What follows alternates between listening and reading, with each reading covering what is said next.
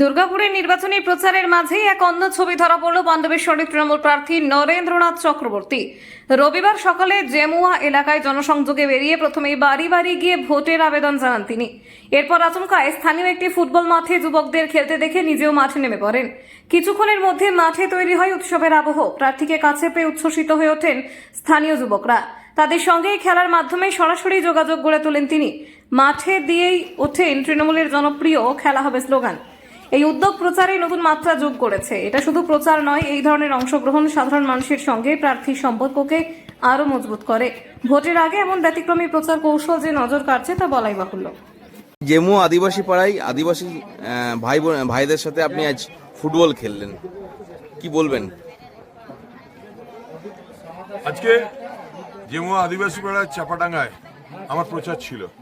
আমি বললাম সবাইকে মাঠে ডেকে নাও, মাঠে খেলবো।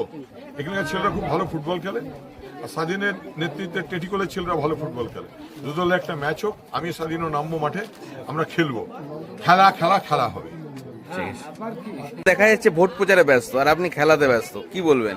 আরে টেনশন লেনা নেই হ্যায়, টেনশন দেনা হ্যায়।